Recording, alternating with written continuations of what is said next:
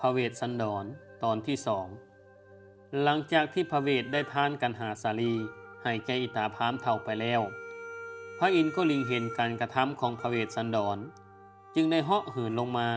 แปลงกายเป็นตาพามอีกคนหนึ่งพอพระอินทร์แปลงกายเป็นตาพามมาแล้วพระเวทก็ถามว่า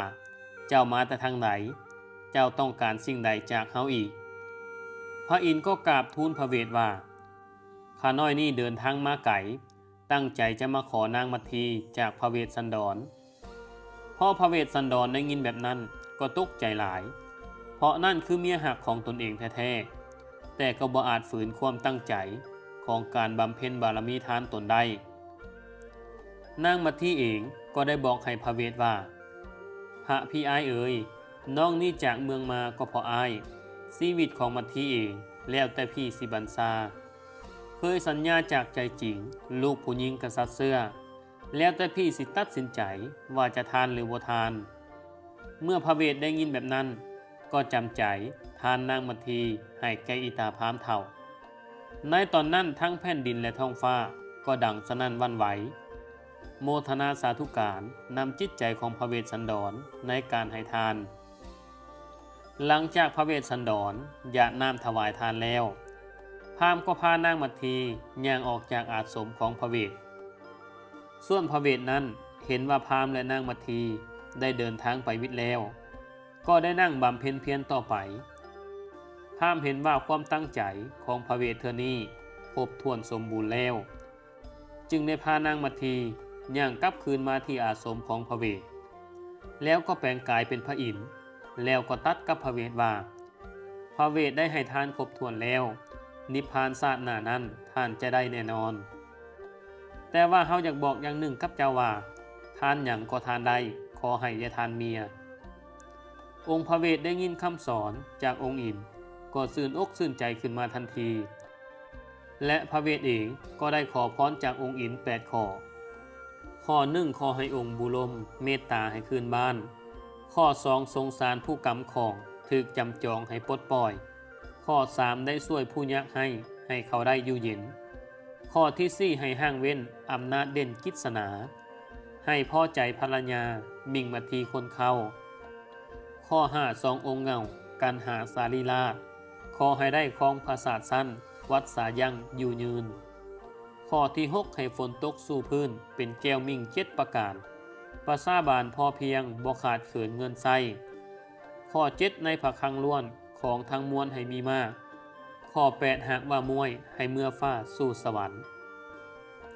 เมื่อพระเวทได้ขอพร8ข้อครบแล้วพระอินทร์ก็ประทานพรนั้นให้แก่พระเวทกล่าวถึงพญาสนไซผู้เป็นพ่อที่กำลังนอนในพระนครคืนนั้นก็ได้นิมิตฝันว่ามีชายชราเฒ่าถือเอาดอกบัว2 ดอกมาถวายองค์สนไซก็สะดุ้งตื่นจากที่บรรทมและกังวลพระทัยว่าจะเกิดเหตุให้ยังขึ้นพอรุ่งเช้าองค์สนไซก็ให้โมโหนในวังมาทำนายความฝันให้พระองค์ฟังโมโหนก็ได้เห็นชัดแจ้งคักแน่ว่าจะมีคนพา2 หลานน้อยของพระองค์กลับคืนมาให้พระองค์แน่นอนพอพญาสนไซกับพระนางพุทธดีได้ยินแบบนั้นก็ยิ่งคิดฮอดลูกและหลานของตนเป็นที่สุดได้แต่ภาวนาว่าขอให้เป็นความจริงตามโมโหนทำนายด้วยกล่าวถึงตาพามเฒ่าที่ได้พากันหาสาลีอย่างบุป่าผ้าดงกลับคืนสู่เฮือนของตนนั้น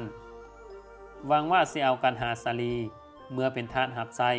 ให้นางอมิตตาเมียหักของตนพามเฒ่าได้จูงกันหาสาลีผ่านป่ามาได้15 มื้อแล้ว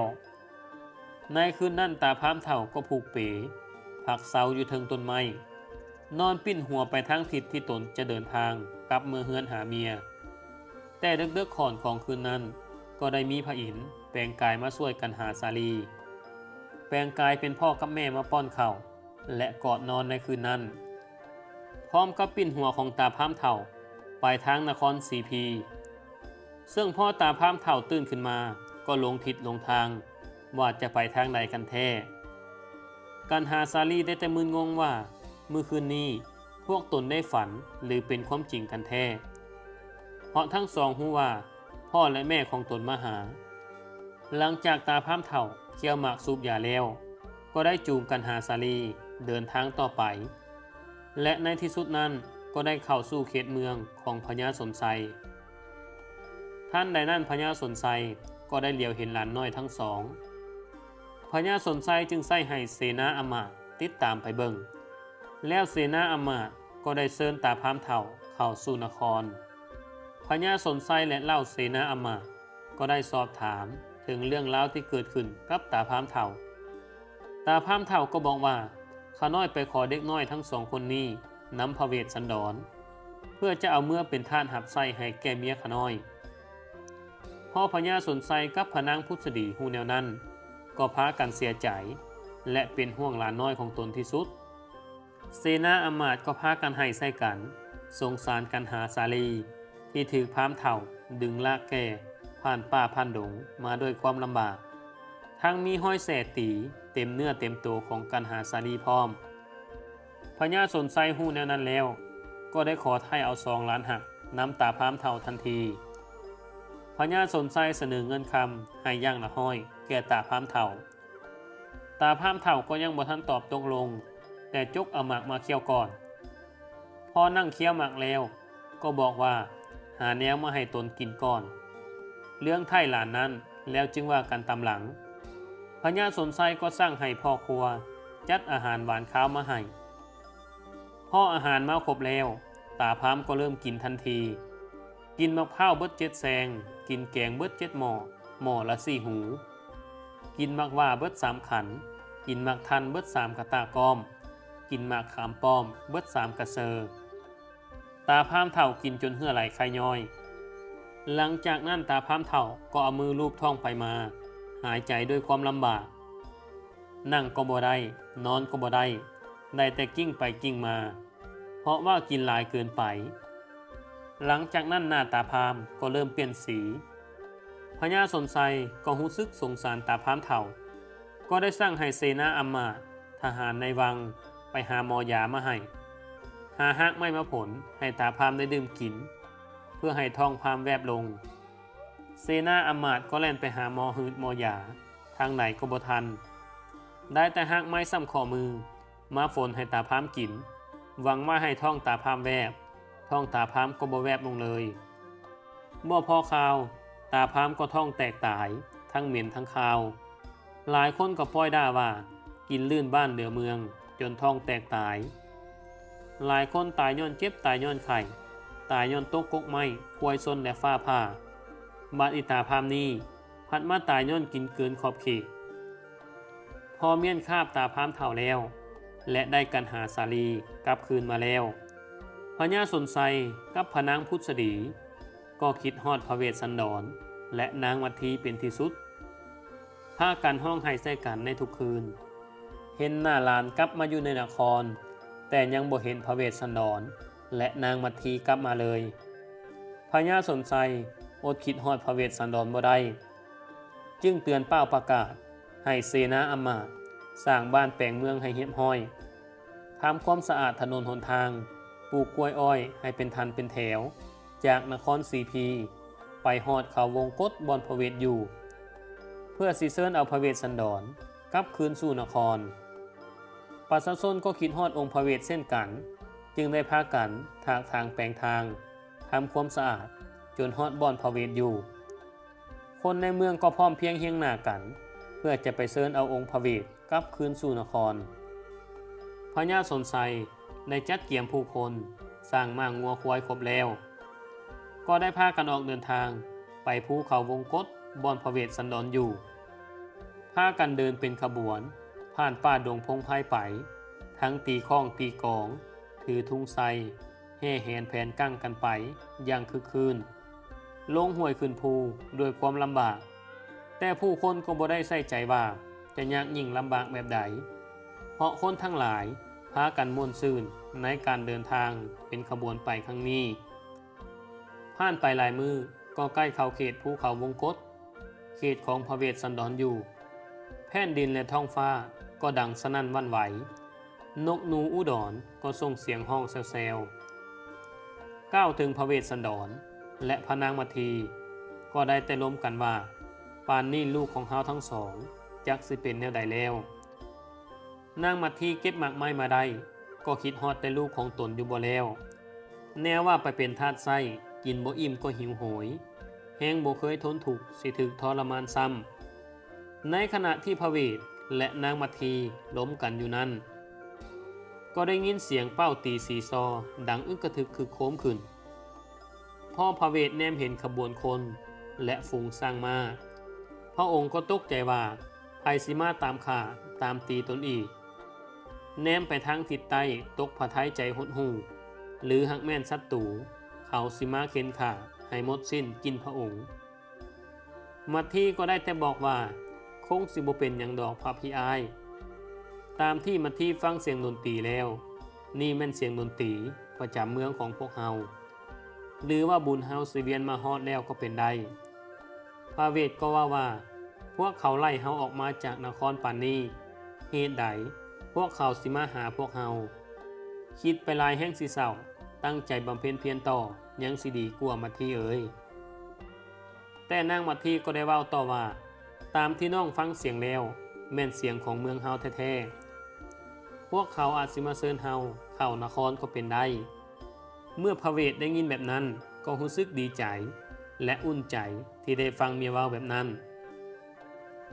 ท่านใดนั้นนางมัททีก็เลียวเห็นพ่อปู่แม่ย่าของตนและกันหาสาลีลูกหักนั่งเทิงหลังสร้างแห่ขบวนเข้ามาพอขบวนเข้ามาฮอดอาสมของพระเวทแล้วพญาสนไซกับชาวเมืองก็เข้าไปกราบทูลเชิญพระเวทเข้าสู่เมืองนางมัททีกันหาสาลีและพระนางพุทธดีก็ได้แต่นั่งห้องไห้ใส่กันอยู่บ่แล้วพร้อมทั้งเสนาอมาตย์บรรยากาศแห่งความม่วนซื่นกลับกลายเป็นบรรยากาศแห่งความคิดฮอดคิดถึงทั้งเสนาอมาตย์มหาดน้อยก็พากันห้องไห้ใส่กันดังสนั่นหวั่นไหว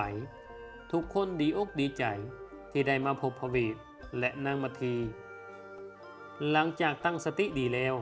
พญาสนไซก็ได้กล่าวเชิญพระเวทให้กลับเข้าสู่เมืองแต่พระเวทบอกว่าตนได้ออกมาแล้วสิกลับไปมันก็บ่คือดอกทราบประสาบ่เห็นพร้อมก็บ่อาจกลับคืนเข้าสู่นครได้พญาสนไซเชิญเทื่อที่หนึ่งพระเวทก็บ่ยอมรับเอาขันเชิญเทื่อที่สองพระเวทก็ยังบ่รับเอาขันเชิญพญาสนไซจึงได้เชิญเทื่อที่สามในที่สุดพระเวสสันดรก็รับเอาขันเชิญทราบประสาผู้มาร่วมก็ดีอกดีใจแผ่นดินในท้องฟ้าก็สั่นสะเทือนนกหนูอุดรในป่าแห่งนั้นก็พากันส่งเสียงห้องเต็มไปหมดดังไปฮอดพระอินทร์พระพรหมยมโลกทั้งหลายทั้งสร้างและมาที่มาเชิญก็ดีอกดีใจมีความสุขที่พระเวทได้รับขันเชิญและจะกลับไปครองนครอีกครั้งหลังจากนั้นองค์พระเวทก็ได้ลาสินกลับเข้าสู่นครศรีพีขบวนสร้างมาก็พากันซื่นอกซื่นใจในการกลับมาขององค์พระเวสสันดรแล้วก็พากันแห่แหนแผ่นกั้งกลับเข้าสู่นครศรีพีพญาสนไซก็จัดงานเฉลิมฉลองแบบยิ่งใหญ่7 มื้อ 7 คืนเทวดาพระอินทร์พระพรหม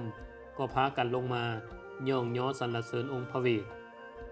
พระเวสสันดรยังสืบต่อในการให้ทานต่อไปบำเพ็ญเพียรบารมีทานมาเรื่อยๆพระองค์ทำทานในแต่ละมื้อนับบ่ถ้วนซึ่งพ่อและแม่ก็ยินดีที่เห็นลูกให้ทานแบบนั้นการหาสาลีผู้เป็นลูกก็ได้กลับมานั่งนครนำพ่อแม่อย่างมีความสุขชาวประสาผู้คัดใจกับการให้ทานของพระเวทก็กลับกลายเป็นการโมทนาสาธุบุญนำพระเวททั้งหมดองค์พระเวทปกครองบ้านเมืองโดยความผาสุกชาวประสาอยู่สุขสบายเต็มไปด้วยศีลธรรมไพร่ฟ้าราษฎรก็มาเฮ็ดบุญให้ทานเส้นเดียวกันกับพระเวสสันดรบ้านเมืองมีแต่ความอุดมสมบูรณ์ข้าวปลาอาหารมีเหลือกินเหลือใช้ผู้ผาป่าไม้ก็เขียวงามฝนตกตามฤดูกาลบ่มีภัยเบียดเบียนภัยทุกคนในเมืองมีแต่แบ่งปันกันกินกันใช้สัตว์ป่านานาพันธุ์ก็พากันอยู่ร่วมกันกับมนุษย์เมืองเนื่องจากทุกคนแทบจะบ่ฆ่าสัตว์โดยซ้ำนับแต่องค์พระเวสสันดรกลับเข้าสู่นครศรีพีเมืองทั้งเมืองก็หุ่งเฮืองเหลืองเหลื่อม และผู้คนก็มีศีลธรรมแบบนั้นตลอดไปจนตกมาในสมัยของพระพุทธเจ้าของเฮาซึ่งองค์พระเวสสันดรก็ได้มาประสูติเป็นเจ้าชายสิทธัตถะหรือพระพุทธเจ้าเฮานั่นเองพญาสนไซก็กลับกลายมาเป็นพระเจ้าสุโธทนะผู้เป็นพ่อพระนางพุทธดีกลับกลายเป็นพระนางสิริมหามายาแม่ของพระพุทธเจ้าส่วนนางมัทธีกลับกลายเป็นพระนางพิมพาหรือยะโสธรามเหสีของเจ้าชายสิทธัตถะสุยสกะพามไห้กลับมากลายเป็นคู่แข่งพระเทวทัตผู้กันแกล้งกรรมได้เกี่ยวกอมพันส่วนนางอมิตตาเมียของตาพามเฒ่ากลับกลายมาเกิดเป็นนางกินจามนาวิกาคนทั้งหลายในศาสตร์นั้นก็กลับมาเกิดในศาสตร์ของพระพุทธเจ้าเฮานั่นเองสาเหตุที่กันหาสาลีถึกพามมัดมือจูงผ้าป้าไปแบบนั้นย้อนในอดีตศาสตร์นั้นกันหาสาลีเคยเป็นพ่อค้างัวทั้งสองได้ลากงัวไปขายในต่างเมืองและได้ใส่ไม้ไล่ตีงัวแบบนั้นไปตามทางตกมาในศาสตร์ของพระเวททั้งสองจึงถึกตาพามเฒ่าและแก่คือกับงัวกับควายแบบนั้นเรื่องพระเวสสันดรเป็นหนึ่งในฮิต12วัฒนธรรมลาวเฮาซึ่งถือกันว่าในช่วงเดือน3เดือน4จะเห็นว่าแต่ละวัดจะพากันจัดงานบุญพระเวทขึ้นในการเทศพระเวทนั้นนักปราชญ์อาจารย์จะแบ่งออกเป็น13กันหรือ13ตอนนับตั้งแต่ทัศพรหิมพานต์ธนาขันธ์วรรณพระเวทสุยสกะจุลพลมหาพลกุมมารมัทธีสักกบันมหาราชสกตินครแต่ละกันก็จะมาแยกย่อยออกไปอีกเป็นหลายๆตอนชาวลาวเฮาจะถือว่าบุญพระเวทนี้เป็นบุญปางหนึ่งที่สำคัญหลายเนื่องจากในเรื่องพระเวทเต็มไปด้วยคติธรรมคำสอนมีหลายรสเช่นรสแห่งความโศกเศร้ารสแห่งความสุขรสแห่งความม่วนซื่นการจัดงานบุญพระเวทนี้เครื่องตกแต่งจะต้องมีอย่างละพันดังนั้นจึงจำเป็นต้องมีความสามัคคีของคนในหมู่บ้านเป็นอย่างยิ่งในการจัดงานบุญครั้งนี้เมื่อจัดเครื่องสำเร็จแล้วก็ได้นิมนต์พระแต่ละวัดมาเทศแสดงธรรมแต่ละตอนแต่ละศาสตร์ของเรื่องพระเวทซึ่งการเทศพระเวทในลาวที่นิยมฟังกันที่สุดนั้นก็คือการเทศแหล่เทศเสียงนักเทศจะใช้สำนวนคำกรที่ม่วนเกาะกายกันมาเทศเป็นทำนองที่ม่วนอ่อนซอนทำนองนี้เพิ่นเอิ้นว่าแบบสารพันและอีกแบบหนึ่งคือการเทศแบบเดินขึ้นเสียงลงเสียงเดินหนังสือไปเรื่อยๆแต่อย่างไรก็ตามในเรื่องพระเวสสันดรนี้เต็มไปด้วยคติธรรมคำสอนเช่นคำเว้าที่ว่าเป็นเมียให้เป็นดังนางมัทธีเป็นสามีให้เป็นดังพระเวทนี่ก็คือเรื่องพระเวทตอนที่2ตอนจบ